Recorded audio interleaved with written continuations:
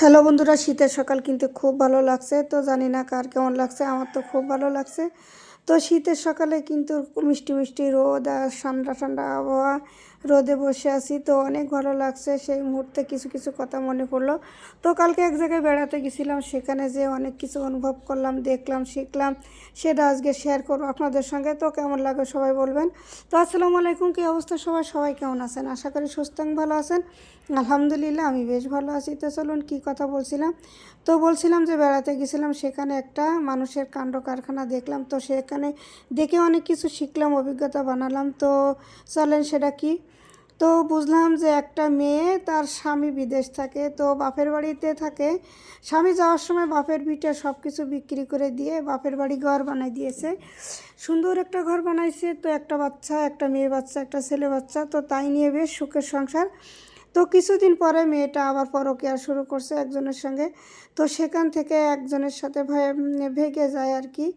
তারপর থেকে সেখানে যেও তার বাচ্চা হয়, সে বাচ্চাটাকেও সে দেখে না। আসলে কি জানেন, মেয়েরা এমন জিনিস, খুবই খারাপ জিনিস। আসলে কি বলবো, সবাইকে বলছি বন্ধুরা, কেউ কারোর মায়ায় পড়বে না। মায়া এমন জিনিস যে ছেড়ে আসা যায় কিন্তু ভুলে থাকা যায় না।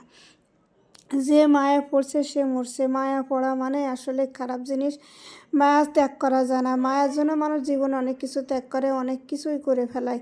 আসলে কি জানেন, মায়া না থাকলে মানুষ জগৎ সংসার চলতো না, কেউ কারো ভালোবাসতো না, ভালোবাসা হতো না। তো এমন মায়া করো না কাউকে যে ক্ষতি হয়। যে মায়া মানুষের ক্ষতি হয়, যে মায়া মানুষের আবেগের ক্ষুণ্ণ করে, সে মায়ার দিকে এগোয় না। বাচ্চা মেয়েরা কিন্তু আসলে পুরুষের বিশ্বাসী থাকে। তো অনেক মেয়েরা আসলে বিশ্বাসী না, অজগর থাকে। কারণ বুঝলাম এই জন্য যে সে পুরুষটা কত কষ্ট করে তার বিশ্বাস করে তাকে সব হাতে দিয়ে গেছে, অথচ সে কি করছে, সে বাচ্চা ফেলাই দিয়ে, তার সংসার ফেলাই দিয়ে সে আর একজনের হাত ধরে চলে গেছে। এটা কি ঠিক বলেন? মানুষ বিদেশ যায় কিসের জন্য? সংসার, সন্তান, স্ত্রী, বাবা মা সবাই সুখের জন্য যায়। কিন্তু এটা কি সুখ বলে বলেন? বেটাটা যখন শুনছে, মানুষটা যখন শুনছে, তখন তার কত খারাপ লাগছে বা খারাপ লাগে, তাই বলেন।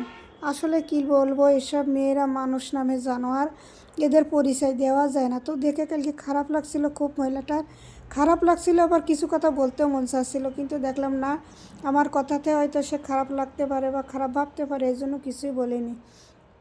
তো এসব মহিলাদের আল্লাহ তাআলা বিচার করবে যে মা, সংসার, বাচ্চা কাচ্চা সবাইকে ধোঁকা দিয়ে একজনের মায়া পড়ে একজনের সাথে চলে যাওয়া, এটা আসলে কি ঠিক? মেয়েরা আসলে খারাপ, পুরুষরা খারাপ আছে বলি, কিন্তু তার থেকে মেয়েরাই খারাপ। আমাদের মেয়ে জাত আসলে বেশি ভালো না। কারণ আমি বুঝলাম, মেয়েরা যদি শক্ত থাকে তা পুরুষরা কী করতে পারে বলেন?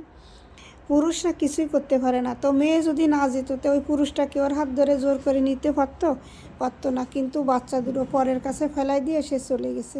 তো এই পর্যন্ত আজকের মতো এখানে শেষ করলাম। ভালো থাকবেন, সুস্থ থাকবেন, আল্লাহ হাফেজ।